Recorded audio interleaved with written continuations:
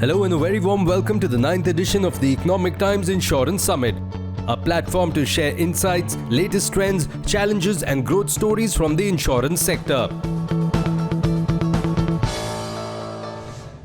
The Indian insurance industry has grown with 17% over the last 2 decades and expected to grow even further.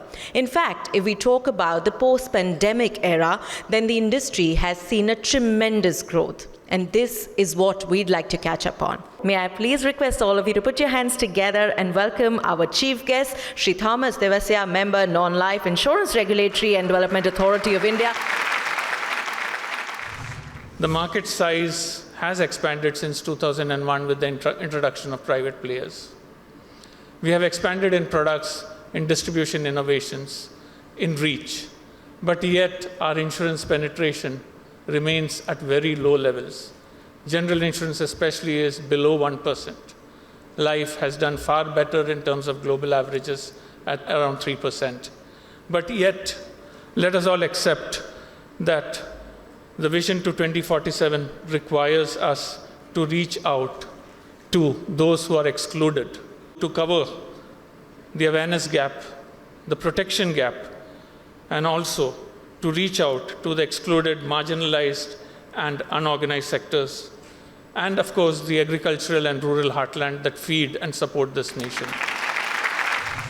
We're now all set to present to you our very interesting session on Life Insurance Spotlight, the CEO mantra for growth.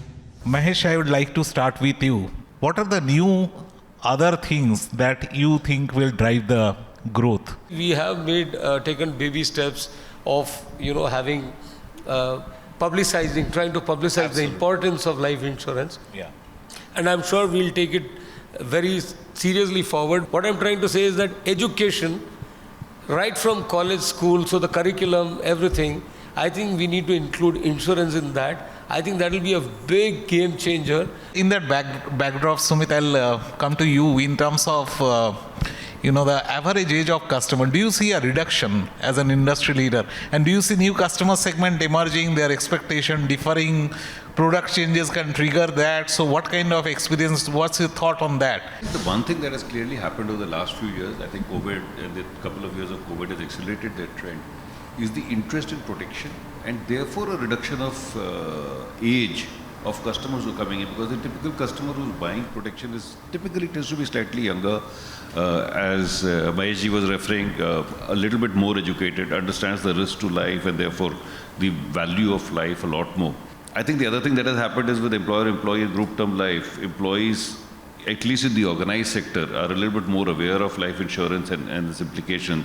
So that is also helping that trend, especially with a lot of the younger working population in a lot of the knowledge sectors.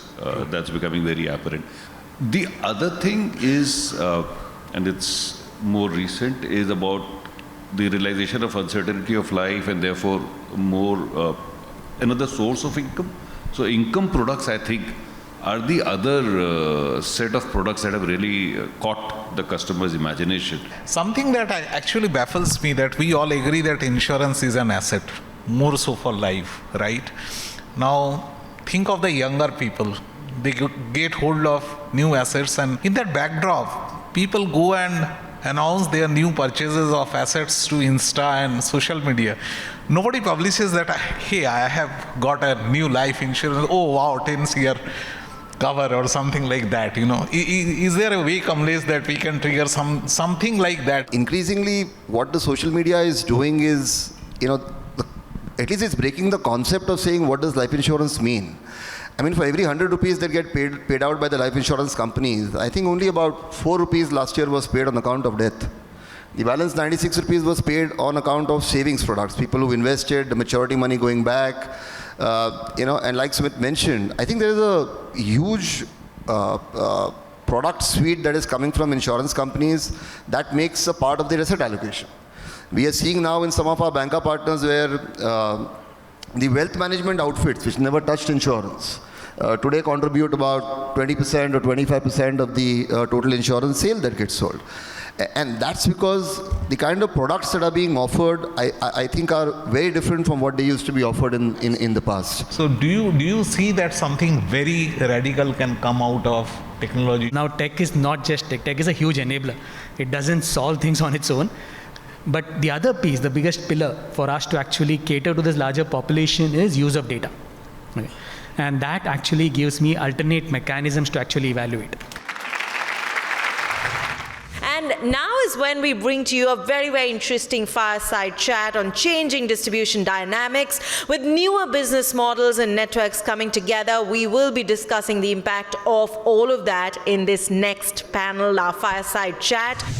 Mr. Seshadri, you have been focusing a lot of effort and time on specifically increasing the distribution in the rural and the semi-urban sector of the country.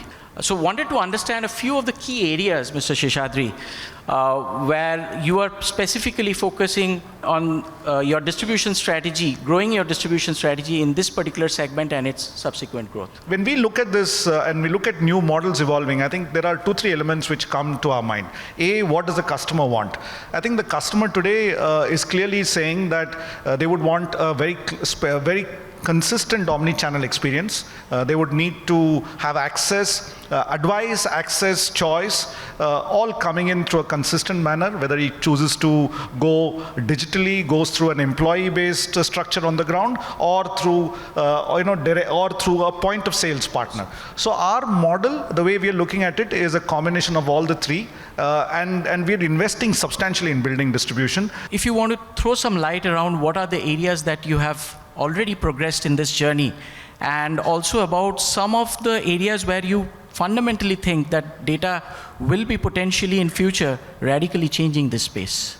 Advent of technology, and as it is evolving, one thing which has become very interesting for all of us is, earlier we used to take time, because you have created a model, it's good for 3 years. You have created a model, it's good for 5 years. Or you used to review it over a period of time, maybe 1 year or so. But now, with the help of technology, it has become very, I can say easy to work on data and look at various insights. So, as an organization, if I have to say so, products, everyone works. We have worked a lot on products, on our marketing insights, on the digital assets, in terms of distribution, where we collect a lot of, we may not be collecting as much information as our e-commerce partners probably are collecting, but still whatever is now with the KYC norms coming in general insurance also, that will probably help us further building customer oriented and customer centric solutions.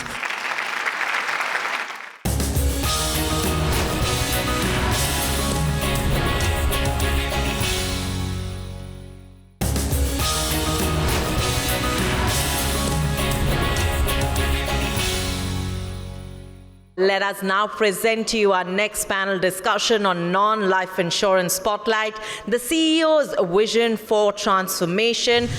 What do you think is the crux of transformation, or what are the 1 or 2 aspects that are absolutely important to be kept in mind? The transformation around how do you see your customer. Customer wants what he or she wants, at the time and place that he or she wants, and in a form and fashion that he or she wants. So the customer's expectations are changing, and the industries, specifically our industry, Joydeep, in my opinion, has to move from customer service to customer experience. The era is now of experience. Can I give a different experience to the customer? So what really always remains on top of the mind is my relevance as an industry to the customer. Does the customer look at me as an insurance company, or does the customer look at me as a partner which is capable of delivering everything that the customer wants? Of course, within the box of financial security in the case of an eventuality. Within this box, am I relevant to the customer to give them in the form and fashion that they want? So this always remains at the top of my mind as far as transformation is concerned. Coming to you, Shanai, so your viewpoint on what can make a transformational activity or a project most effective So like Anuj said, transformation is all-encompassing, completely pervasive and catch-all. But one common thread for me, what runs across every transformational journey that any organization has undertaken, is people. I think transformation first starts with people. They are at the core of transformation because it requires a journey. Undertaking this journey requires a transformation of mindset, requires a transformation culture. Your perspective, again, and what do you think creates impact finally on a transformation? Basically, in transformation, I look at three major stakeholders. One is the distributor, because even today, you need a distributor to distribute these products. The second is the employees who are there. As rightly said by Shimon, you need to have a mindset change there. And last but not the least, we always talk about customer centricity. So customer being in the center of whatever you do. I think looking at all these things, I would like to take one line which we regularly listen and compare, is ease of doing business. Ease of doing business, I think, is one of the bigger things that I would look at from a transformation point of view, which encompasses almost every aspect of business that you look at. So Rakesh, now how do you really prioritize, how do you gain acceptance of all stakeholders and the board and shareholder and everybody when you, when you really think of transformation? Distinctly what I see in the last couple of years post the pandemic, as well as the way the regulations are evolving, the way the stakeholders are being interpreted, things are also moving beyond of the obvious, which is basically a policyholder, your employees, the ecosystem for execution. I think a critical stakeholder which has emerged is also the shareholder. And I'm using the word shareholder and not the word promoter, because clearly the original liberalization envisaged promoters in the early 99-2000 days were people who had significant resources and who can seed an insurance business. 20 years has gone by, companies have started to get listed, and I guess capital is no longer like a available thing. It is meant to be something which is linked with risk and reward. So the structure of a business has matured to an extent wherein business models are required to now justify the need for their existence, the need for capital, and any futuristic fundings which is likely to emerge cannot come without taking into account the reward for the shareholders. Please do put your hands together as I present to you both our speakers. Wonderful to have you back to moderate this session, sir. Over to you. I think the biggest challenge for customer experience in insurance is when customer is looking at your product, the customer is not differentiating for the experiences that he or she has elsewhere. And I understand that it's intangible, okay, and that tangibility factor is definitely there. But is there a way that you can create a call to action in whatever that you do? Now, if I look at the discovery process of the customer typically in their minds have about 2 or 3 brands in their mind, or life insurance companies. It never exceeds that, right? So when they are doing their research, they are pretty much restricted to 2 or 3 companies. Now, obviously, this might vary by geography, by customer cohort, and all of that, right? Then they look at the track record of this company. Now, okay, the first brand may come through advertising, or it may come through word of mouth. They've heard good things about the company, read good things over a period of time, right? So this is like, you can think about it like the balance sheet, which is of a company which is building over a period of time, which is the brand. Absolutely. And that is intangible, right? The second thing is they look at the track record of the company. Now, the track record of the company will include, let's say, things like claim settlement ratio. Is this particular insurance company settling claims, right? Have you heard about, let's say, a neighbor getting a claim settled from this company? So some of that word of mouth element comes in there. You can definitely go digitally and compare the claim settlement ratios. In the case of, let's say, traditional products, you will compare the bonus returns which some of these companies have given, right? Yeah. So there is a certain track record that builds up. So that becomes the second filter. And then the third filter is price, which becomes important in the case of a commodity. So how consumers, at least our experience suggests that there is let's say, a segment of customers which is price conscious, right? However, there is a segment of customers which believe that insurance is a longer term product. They are not going to be there when the claim is going to be paid out in some of these cases, and therefore the nominee should not go through the struggle and hassles of getting a claim, right? So, so there is price-conscious customers, and then there are brand-conscious customers, and brand-conscious customers definitely are willing to pay a higher premium. The experience at the Economic Times Insurance Summit was fantastic. The panel discussions were very incisive.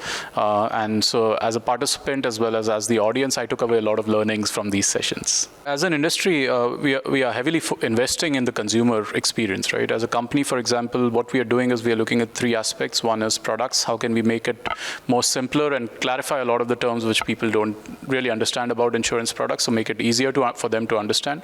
Second is working on the process. How do we simplify the process for the consumer? And the third piece is about people. Internally, how do we drive the cultural transformation with our own employees and also with the partners that we work with? So these are the three aspects that as a company we are definitely focused on. What has happened after the pandemic is the consumer interest in protection has kind of rapidly gone up. So people are looking for multiple avenues of protection, be it on the mortality side by buying term insurance, be it on the interest rate side by buying guaranteed products like Sanchay Plus that we have. And so overall interest in protection as well as savings and investments has gone up, and that I think is a positive outcome from the pandemic as far as the insurance industry is concerned. Technology and digitization is pretty much integral to what we do. So it's not just the insurance companies which have got digitized. I think the ecosystem around us, including how our distributors operate, how our partners operate, everything has pretty much got digitized in the last couple of years, right? And a lot of emphasis from the government has been there, be it in terms of the CKYC database, the Aadhaar database, the Insurance Information Bureau, the way we underwrite, the way we assess risks, the way the proposal forms come in, the way we settle claims, everything has pretty much got digitized. So we've become very digital heavy in that sense right now. I think for the Indian industry, the outlook for insurance is absolutely bright. It is an industry which for past 2 decades has grown at about 15-16%, and now under the leadership of our new IDA chairman, Dr. Panda, who has set out a vision for us to make insurance available for every citizen of the country by 2047. In my opinion, the industry has to grow even at a higher rate. The customer preferences are changing. The customer awareness about risk mitigation products is changing. The delivery mechanisms are changing. Insurance companies have been unshackled by the new regulatory changes, where insurance companies have a lot of room for innovation. All put together, the insurance industry in India is slated to be a higher growth, and it is slated to become one of the leading insurance industries in the world. We get our stage ready for our next session, which is going to be on technology reshaping insurance.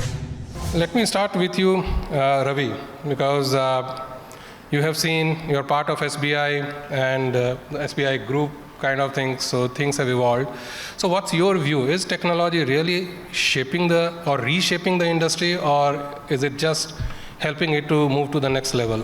One of the answers to your question, Ashim, is yes and no.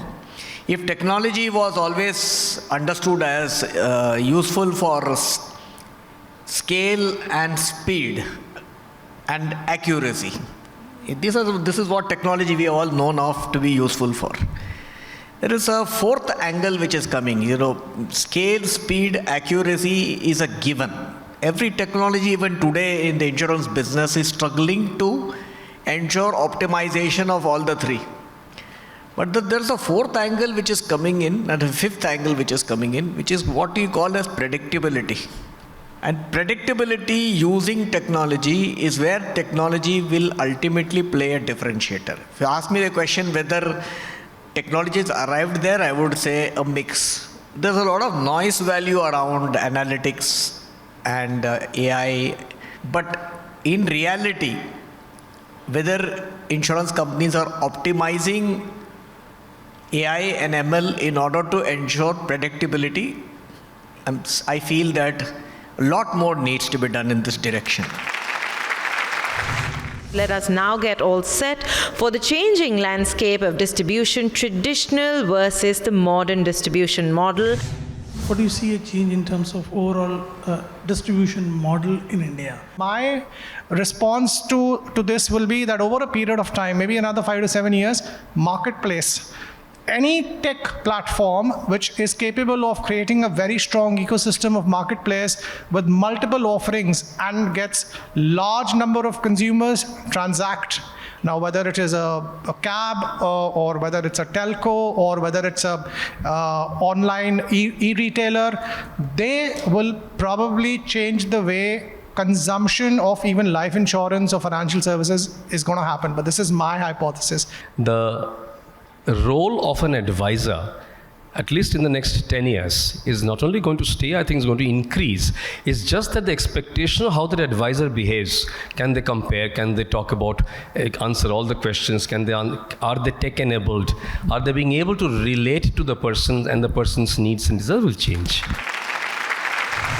The use of technology in order to do data analytics, to do predictive analytics, to understand customers using blockchain is going to be the next revolution. Using this kind of generic data, insurance companies will be able to offer products which are customized, and they will be able to dive deep into the markets and offer on a more diversified basis across the geography of the country, across the segment of the country, in such a way that the regulator's goal and the government's goal of making insurance accessible to all Indians will really happen. SBI Life will participate in this in a very big way. The event has been very good. It is very enriching, and a lot of good speakers have come, a lot of good panel discussions are happening, and it's been very, very enriching. Also a good networking opportunity with many people whom we have been knowing for the last few years, and after the COVID, this is perhaps the first major event. You can see that insurance has been growing over the last 3 years. So during the COVID pandemic also, the insurers have all been able to get their act together, in the sense that there was a major disruption in terms of face-to-face selling. There was no interaction, physical interaction with the customers, and still all the companies have put together a digital process, a kind of an alternate process which actually helps the companies to source more and more business. So we have seen the industry growing very well, and I think going forward with all the initiatives taken by the regulators also in consultation with the industry, we have a very fertile ground now. I think there is an inflection point, as everybody says. So we can actually, because of this, I think awareness has increased, pull has increased, the industry has responded through technology and also through more and more innovative, better products, better pricing of products. And obviously, each of the channels that all of our companies use, we have been trying to leverage maximum benefits of those channels to see that we reach more and more people. There is a kind of a pull factor also coming in for insurance, which was not visible earlier before the pandemic. So that has also contributed. So I think altogether, the industry will be able to do a good job of covering more and more people, and I think it's thanks to the new awareness that has come out after so much conversation around life, health during the pandemic. We look forward to our next session, which is a special address on transformation in risk and compliance frameworks. So the Indian financial sector was always a little reluctant, whereas other segments of the Indian industry ecosystem has adopted IFRS much more proactively. Whereas banking and insurance was always a little lagging behind because the impact it could cause to the balance sheets of these entities and also any possible impact on the solvency of these companies. But I think today we have reached a situation where the regulator has taken a call that it should be implemented. So there is a mission mode team working from the regulator very seriously on IFRS. Companies have all been asked to train their employees. Some companies even done the parallel system of accounting to see what will be the impact of IFRS system of accounting. So I think there is going to be a clear distinction between the insurance operations, the investment operations, and then the volatility of how would the companies manage the volatilities of their investments in equities, what could be the tax implications. These are some key issues on which some discussions are going on. Hopefully, the industry will be able to find right solutions and implement them.